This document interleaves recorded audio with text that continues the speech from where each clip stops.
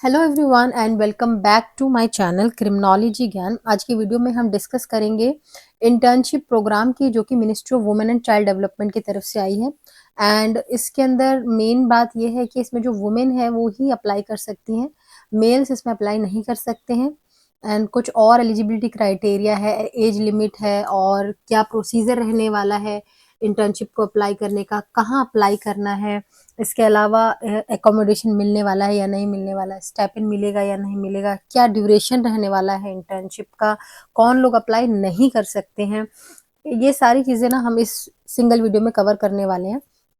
तो वीडियो को बिल्कुल एंड तक देखिएगा क्योंकि आपसे कोई इंपॉर्टेंट इन्फॉर्मेशन मिस ना हो जाए। ठीक, आप ministry of women and child development की वेबसाइट पर जाएंगे तो आपको कुछ ऐसा यहाँ पर आप जाएंगे तो इसमें एलिजिबिलिटी एंड सिलेक्शन क्राइटेरिया के अंडर आप क्लिक करेंगे तो यहाँ पर आपको ये सारी डिटेल्स मिल जाएंगी। इसके अलावा एडवर्टीजमेंट भी आपको देखने को मिलेगा और इसके अलावा आपको गाइडलाइंस जो है इंटर्नशिप से रिलेटेड वो भी आपको पीडीएफ फॉर्मेट में इस वेबसाइट पर अवेलेबल है। आप डाउनलोड्स में जाएंगे, जो नेक्स्ट सेक्शन है डाउनलोड्स का, यहाँ अगर आप जाएंगे तो यहाँ पर आपको वो डाउनलोड किए हुए जो गाइडलाइंस हैं, एडवर्टीजमेंट हैं, ऑल्सो जो भी स्टूडेंट्स पहले सेलेक्ट हुए हैं इस इंटर्नशिप के लिए उनकी लिस्ट, ये सब कुछ आपको इस वेबसाइट में अवेलेबल डाउनलोड वाले सेक्शन में मिल जाएगा।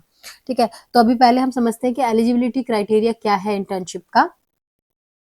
तो इसके अंदर सबसे पहले तो जो भी वुमेन कैंडिडेट्स हैं वो अप्लाई कर सकते हैं। वुमेन कैंडिडेट्स में आपके वुमेन स्टूडेंट्स आ जाएंगे, स्कॉलर्स आ जाएंगे, सोशल एक्टिविस्ट आ जाएंगे, टीचर्स आ जाएंगे, जो कि नॉन टीयर 1 सिटीज से बिलोंग करते हैं।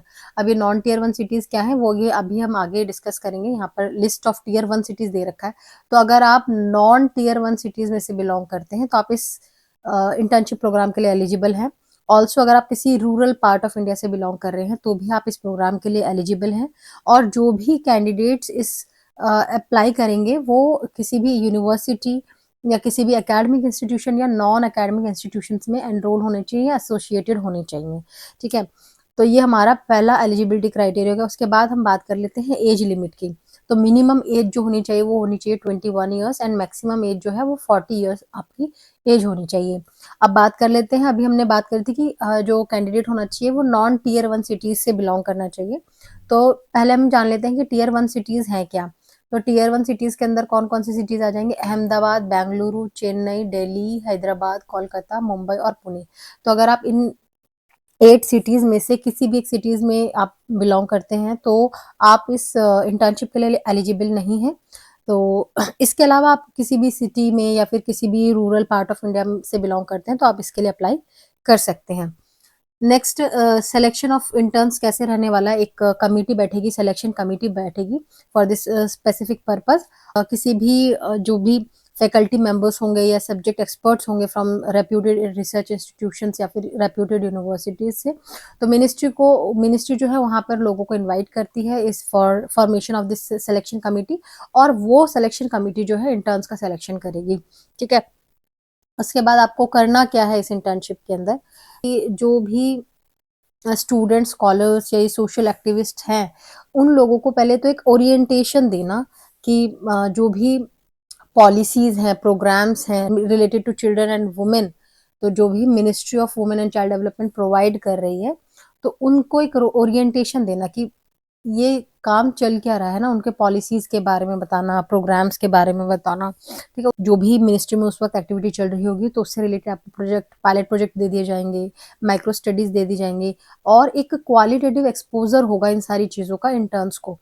तो इसके अलावा जो भी आपको प्रेजेंटेशंस दी जाएंगी करने के लिए, जैसे पॉलिसी पेपर्स को आपको एनालाइज करना है, रिपोर्ट फॉर्मेशन करना है या फिर ब्रीफिंग करनी है किसी चीज़ की, तो इससे रिलेटेड आपको वर्क दिया जाएगा ऑर्गेनाइजेशन में। नेक्स्ट बात कर लेते हैं हम कितने इंटर्न्स लिए जाएंगे।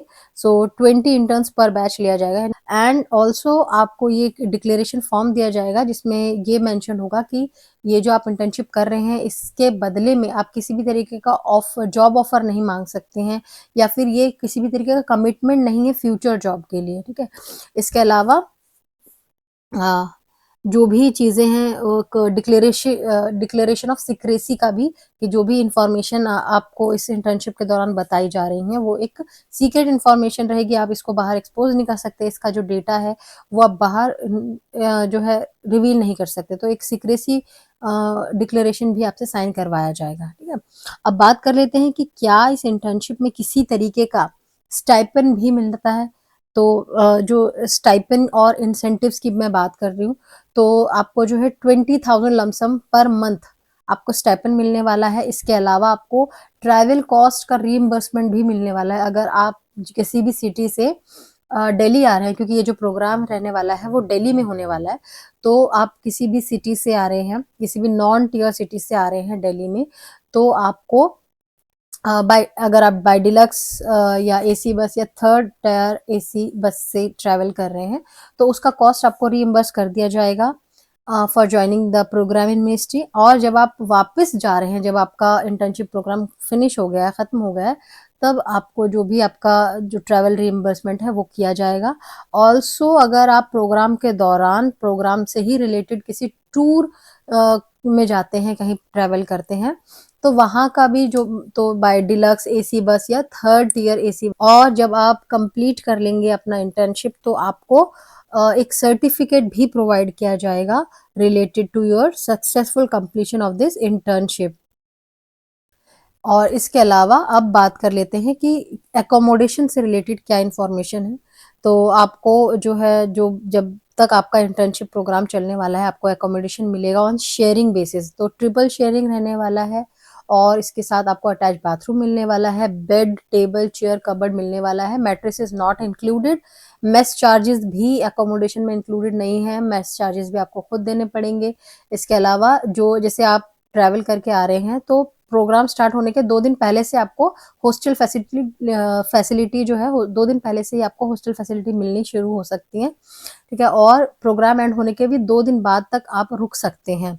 उसके बाद आपको रुकना अलाउ नहीं किया जाएगा, तो आपको जो भी अपना अरेंजमेंट करना है वो सारा जो है इन्हीं 2 दिनों के अंदर कर लेना होगा, ठीक है? इसके अलावा जो भी नेसेसरी लॉजिस्टिक सपोर्ट है, जैसे कि सिटिंग अरेंजमेंट हो गया, इंटरनेट फैसिलिटी होगी, स्टेशनरी आइटम्स हो गए, वो सारा मिनिस्ट्री आपको प्रोवाइड करेगा।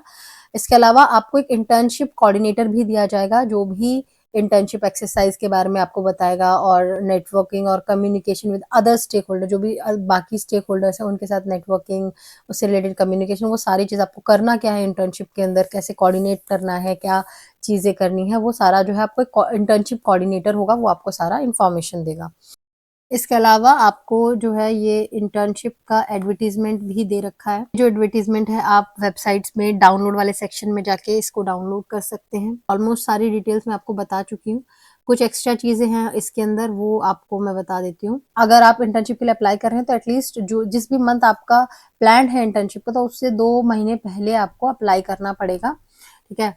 तो फॉर एग्जाम्पल इन्होंने आपको एग्जाम्पल के थ्रू भी समझा दिया है। अगर आप मई जून पीरियड के लिए अप्लाई कर रहे हैं तो 1 मार्च से 10 मार्च के बीच में आपको अप्लाई करना पड़ेगा। एंड अगर आप अगस्त से लेकर सितंबर वाले पीरियड के लिए अप्लाई कर रहे हैं तो 1 ऑफ से 10th ऑफ जून के लिए जो है आपको अप्लाई करना पड़ेगा। एंड नवंबर दिसंबर पीरियड के लिए आप अगर अप्लाई कर रहे हैं तो 1 टू 10th ऑफ सितंबर तक आपको अप्लाई करना होगा। एंड अगर आप फरवरी से मार्च पीरियड के लिए अप्लाई कर रहे हैं तो आपको 1 टू 10th दिसंबर के बीच में अप्लाई करना पड़ेगा। तो अभी जो हम अप्लाई करेंगे, यानी कि अगर आप 10th दिसंबर से पहले पहले अप्लाई करते हैं तो आप फरवरी टू मार्च पीरियड के लिए जो है अप्लाई कर रहे हैं। इससे रिलेटेड कुछ गाइडलाइंस भी आपको जो है मिल जाएगा डाउनलोड वाले सेक्शन में, जो भी रिलेटेड गाइडलाइंस है वो सारा आपको मिलने वाला है।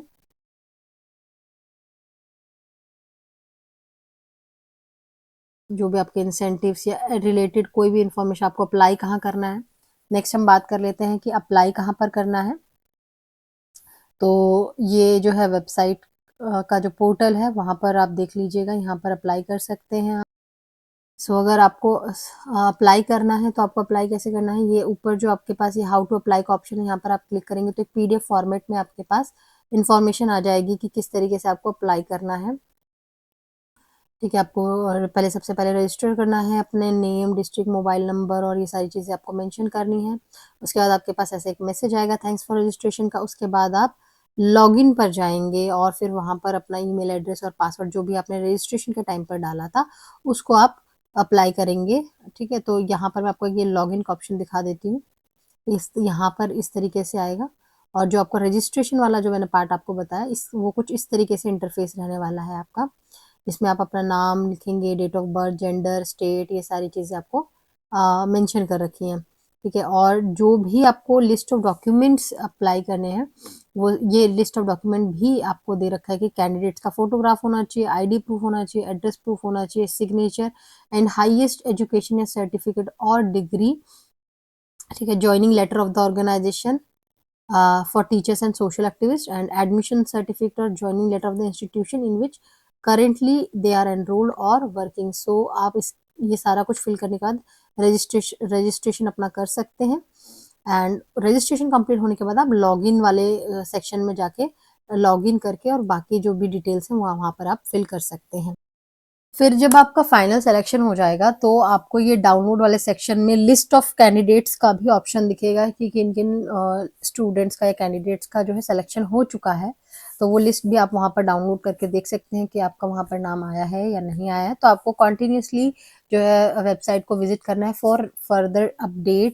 और आपको इससे रिलेटेड अगर कोई डाउट हो तो इनकी एक मेल आईडी भी दे रखी है, मेल करके जो है पूछ सकते हैं। That is MWCD -research@gov.in। यहाँ पर आप जो है कोई भी आपकी क्वेरी है या फिर कोई भी डिटेल्स आपको जाननी है तो वहाँ यहाँ पर आप जो है जाकर ईमेल के थ्रू उनसे पूछ सकते हैं। So that's it for today's video and I hope ये जो वीडियो है काफ़ी इंफॉर्मेटिव लगा होगा आपको। और इससे रिलेटेड जो भी पीडीएफ्स हैं वो मैं आपको टेलीग्राम चैनल पर शेयर कर दूंगी। टेलीग्राम चैनल अगर अभी तक आपने ज्वाइन नहीं किया है तो चैनल का जो लिंक है वो आपको डिस्क्रिप्शन बॉक्स में मिल जाएगा। वहां पर जाकर आप मेरे साथ टेलीग्राम चैनल पर जुड़ सकते हैं। ऑल्सो अगर आपको कोई और डाउट है, ऑल्दो मैंने इसको काफ़ी डिटेल में बता दिया है, लेकिन अगर फिर भी अगर आपको कोई डाउट है तो आप मुझे नीचे कमेंट सेक्शन में पूछ सकते हैं। I will try to answer all your questions. So मिलते हैं नेक्स्ट वीडियो में। Till then bye bye and take care.